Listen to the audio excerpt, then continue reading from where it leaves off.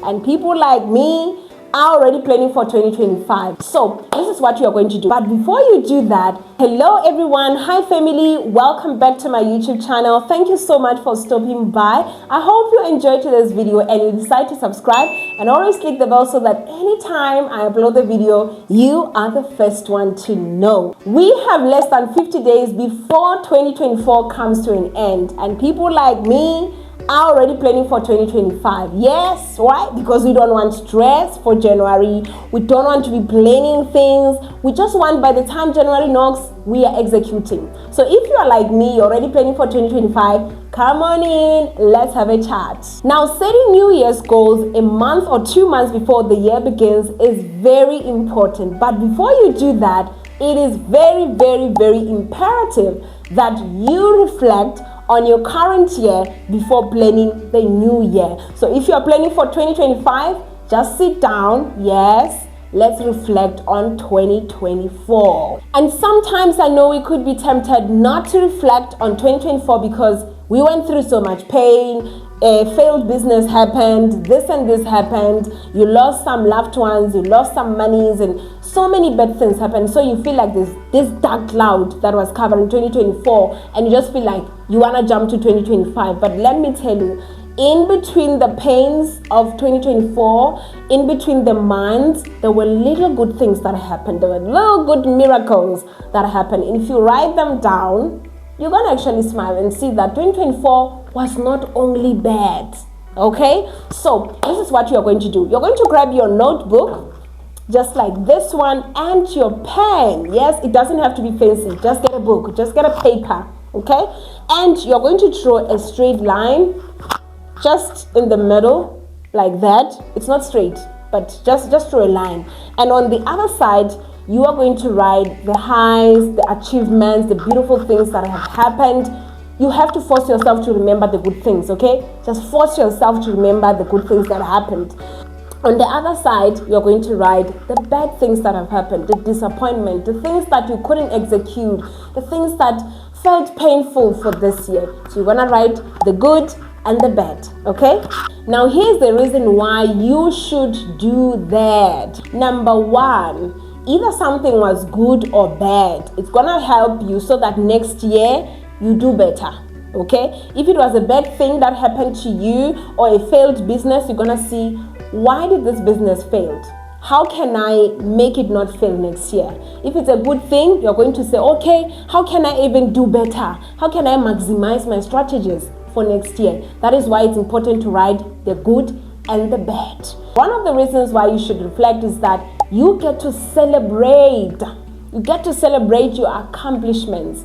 Those little things that you think they're little, someone else somewhere in this world was praying for those things. And so you have to realize and see that those things are not just little. Those things are accomplishments. You got a new job. Yes, maybe it's far. Yes, it's not bringing the money the way you wanted to bring it. You're not getting the salary that you wish you could get. But you are having money every month end, okay? And someone else is praying for a job. So you have to be grateful for that. Pat yourself on the shoulder and say, well done, girl, or well done, boy. You did well. You did well this year, and next year we're gonna do better. Next year we're gonna maximize our strategy. It's gonna be bigger than this, okay? You have to pat yourself on the shoulder when you have done well. And I know sometimes we have a tendency of not patting ourselves on the shoulder, of not saying well done to ourselves, because sometimes we might feel like it's pride. It's not pride. It's not pride. Anyway, you're not prideful. You are just alone in your room writing the things down. You're not even sharing them with anyone. You are writing them to yourself. So it's you and God and your pen and your paper, okay? The other reason is you get to identify things that didn't work. Those failures that you don't want to talk about them, you don't want to revisit.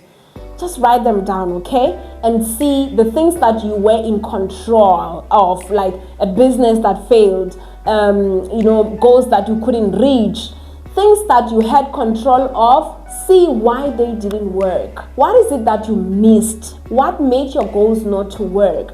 And how are you going to avoid that in the coming year?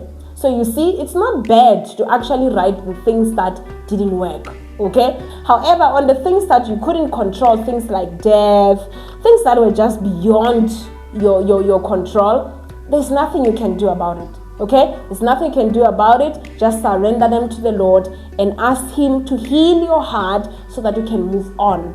Okay? The other reason why you should reflect is that you get to develop the stronger sense of trust within yourself, your strategy, and your judgments. Okay? So if you have done something and it has succeeded, you get to trust yourself for next year. Like, actually, next year I can do times 10 or times 100 of this. Why? Because last year I did it. 2025 I can do better because 2024 I did it. Okay? So you are now trusting yourself. You're not having confidence in the way you do things or in how you implement or execute your plans. Okay? So it's very important to reflect so that you see that, oh, actually I can trust myself. Actually I can do this. Actually I can do even better than this. You understand? The other reason why you should reflect is that you get to set the aligned goals for your life. You get clarity on the path that you should follow. You get clarity on the things that you should leave behind, things that you should unburden yourselves with, and you get the clarity on the things that you should pursue, things that have slowed you down or slowed your productivity down, and things that have made or catalyzed your productivity. You understand? If it's in business, you see the things that have worked and things that will not work for next year. Okay? If it's in ministry, you check the things that you should pursue in ministry. Yes, they're all good things in ministry, but not everything that you should be involved in. Okay? Those things, they slow you down. You want to unburden yourself with some of the things so that you can fully be productive. Okay? You want to have a prolific year. You don't want to just be busy doing nothing. You don't want by next year, December, when you are reflecting, you see the same thing that you saw in 2024. The last point on why you should reflect is that you get to honor God and offer thanksgiving that is due to Him. Yes, you went through pain, you went through failures, but the Lord was there to comfort you. The Lord was there to give you hope, to say, you know what? Next year you're going to do it. Next month you can do it. You know what? Do this, don't do this. The Lord gave you the strategy for that business. The Lord gave you wisdom to start something that you have never started. It's time that you offer thanksgiving to Him.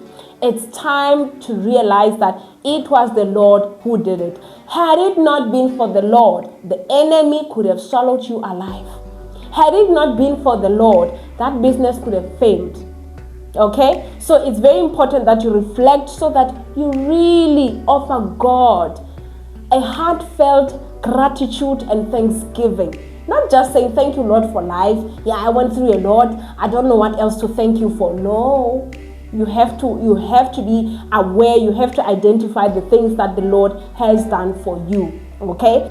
So that is why you should reflect. Now, after you have done this, you have reflected, you have written down everything, the highs and the low, and you have thanked God, you are going to feel so much lighter, and you're going to have confidence to even plan for 2025. And you're going to achieve so much more because now you have better strategies, because now you're not burdened by anything. You are no longer mourning. The Lord has comforted you. You are ready to take over 2025. I hope this video has motivated you to reflect and plan better for next year. Thank you so much for tuning in. I love you. I'll see you in the next video. Bye.